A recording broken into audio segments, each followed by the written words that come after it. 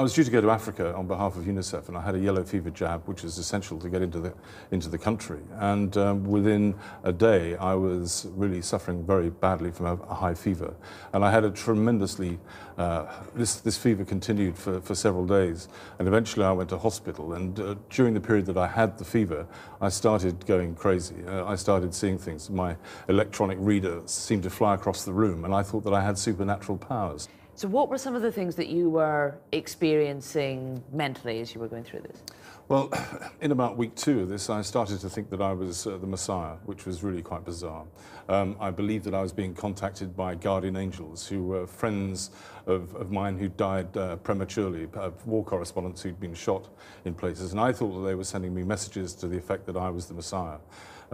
It was quite an uplifting experience because I thought that I was here on the earth to do good. But this period of being the Messiah eventually disappeared after medication. But I had several relapses after that, and those.